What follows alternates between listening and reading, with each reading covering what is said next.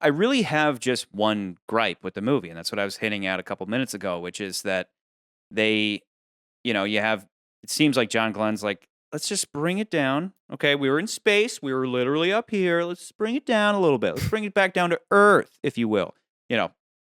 Let's approach this thing a little more realistically and just do a little bit more of an intelligent spy drama. Jump back into the Cold War and all that, and again, you just have all these different parties all fighting each other for, just again, like I said about Diamonds Are Forever. Like the fun part about MacGuffin movies is it's like, I have it now, I have it now, I have it. With this, it's really that's not the case because it's just like they get the ATAC and then the bad guys have it and they have to go get it. It's not changing hands like the Solex or anything, but it is all these different conflicting parties all fighting over this one thing. The winner takes all if they can get the ATAC. But but what you have in there is another one of these twists that we have talked about in the past, like when Miss Anders reveals that she was the one who sent the bullet to Bond in The Man with the Golden Gun. She reveals that truth, and it's not like this moment. It's just kind of underwhelming, and then like Scott with Moonraker, when you were saying, when Drax reveals, and Bond's like, why did you hijack your own space shuttle? And he's like, because I needed it. And it's like, it's just kind of an underwhelming revelation.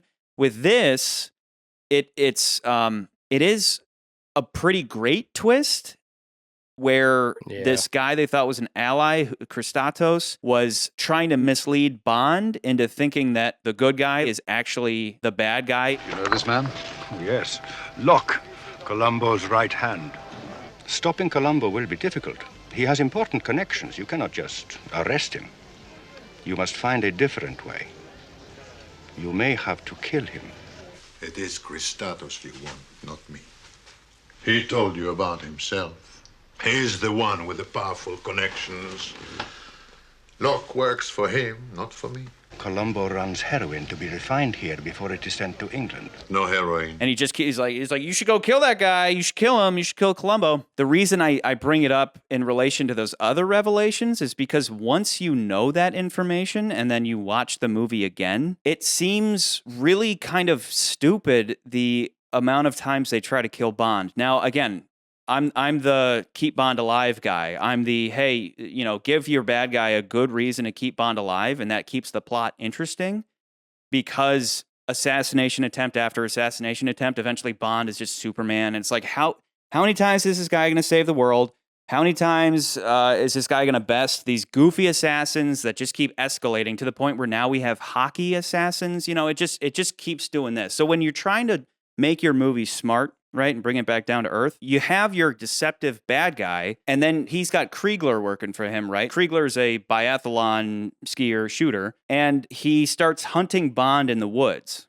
All he's got to do, like a smarter movie, like John Glen really bringing it down to earth, would have had Kriegler shoot at Bond in the woods, and then Bond gets away, and then Bond is, now he has reason to believe that this Columbo guy really is trying to kill him. Inspire fear and paranoia, but don't kill him. But what happens instead is that Kriegler shoots at him, and then he keeps shooting at him, and then he chases him, and then like 17 guys are chasing him, and it really feels like they do want to kill him.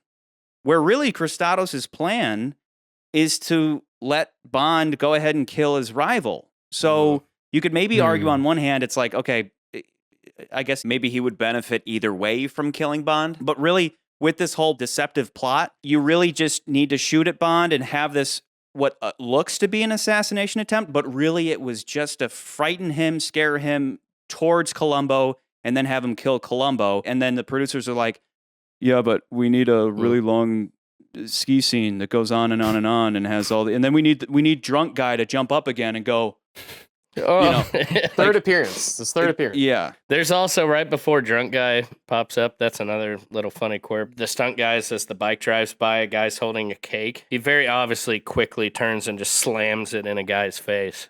You watch that in the scene slow-mo, and you can tell somebody called action. They turn and they just right in this guy's Slam it face. into his face.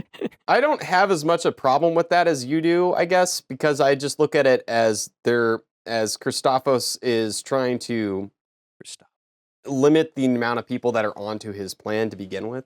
because he knows he's going to have to get the ATAC, but he also is like, how do I kill two birds with one stone? How do I get rid of Columbo and also make a killing off the Russians? Oh, I'll play the British Secret Service like any other villains have before and make them believe that they're helping the good guys out when really they're helping me out. It seems like a bonus plan versus backup plan. I kind of guess. a deal. Either way it goes, we either kill Bond, it works, or we don't kill Bond and Bond kills my enemy. I mean, there's the evidence to suggest that, like, no, this was literally they were pulling plot elements from another story where this does happen, where the character you think is the good guy the entire time, the informant, is actually the villain who's tricking the good guy into thinking that this guy is the villain.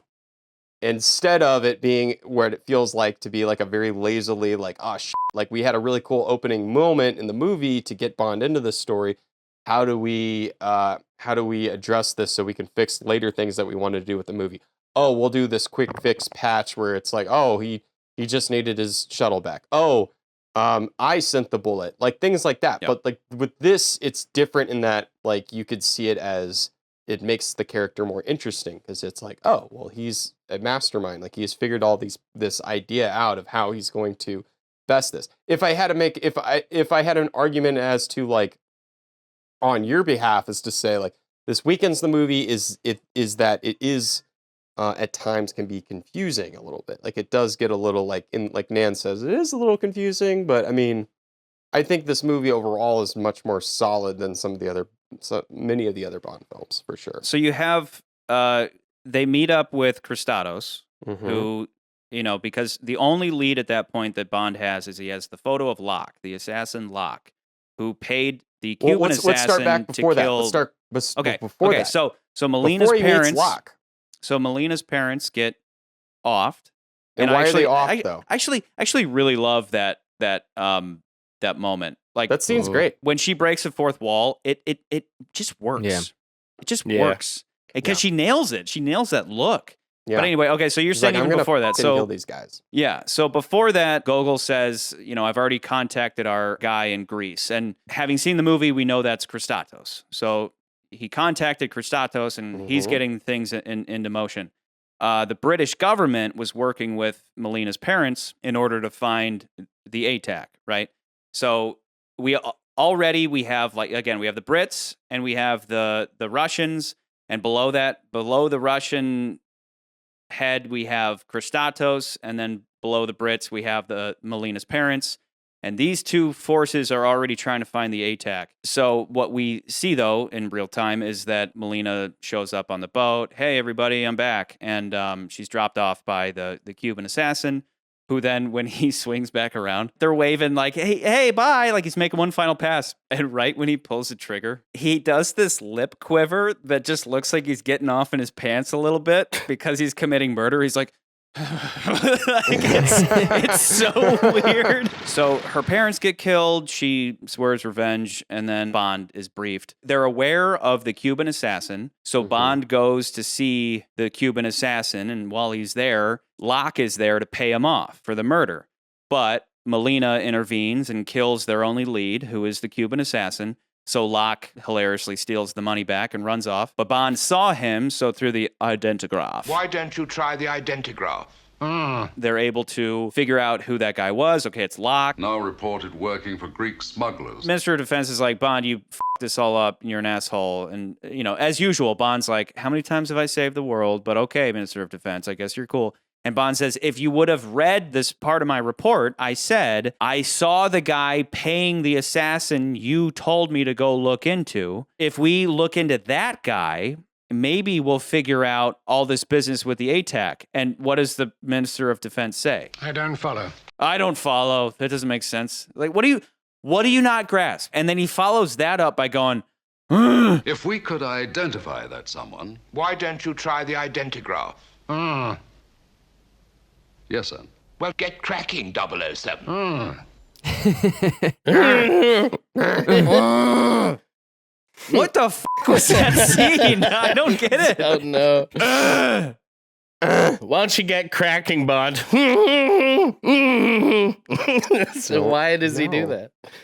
And where is M? Where is M? We're going to save that for the end. There's a reason. Anyway, so Bond identifies Locke. The Italian Secret Service think that he is at this moment in Cortina. So then they go there so they can talk to Kristatos, and he's like, do you know this guy? He's like, oh yeah, that's Columbo's right-hand man. Columbo's the Dove. In the Greek underworld, he is known as the Dove. A very sick joke. So then at that point, Kristatos in his deceptiveness is having Locke wear the dove on his jacket. He's wearing that dove pin. So everything that Locke is doing, Bond is then attributing to Columbo. So, and this is what I'm saying, is that Kristatos wants Bond to kill Columbo, even though he, why can't he do it himself? But I mean, if you're going to hire an assassin, second-handedly hiring James Bond is a pretty great thing if you can pull it off. But my whole point is that then all they keep doing is trying to kill Bond. And it's not, like I said, it's not like just shoot at him and make him think that Columbo's doing or Columbo's behind it or, have Locke just kind of keep prodding him a little bit towards Columbo or lead him there. It's like they're legitimately trying to kill him. Like even when Kriegler in that amazing bike crash that Kriegler has, and then he stands up and he's about to shoot Bond in the face with his rifle, and it's bent, so he throws it at him. And then, who doesn't Throws love the him motorcycle. throwing the motorcycle at him? Like, it's the greatest thing ever. That's the best. But that's what I mean.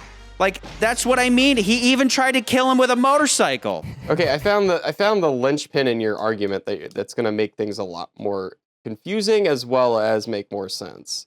So Bring it. Krieger doesn't work for Kristatos. He works for the KGB. It's Kriegler. Like, seriously, dude. Whatever. You're Kriegler. cracking me up this episode. I don't want to correct you because it's hilarious. I just need the audience to know that you haven't said a single word correctly.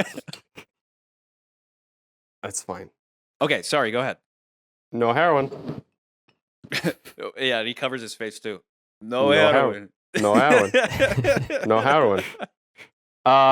So yeah, what makes it more confusing is he works for the Russians. He's KGB. He works for the Russians. He does not work for Kristatos. And we know that because at the very end of the movie, whatever the his name is, I don't give a shit.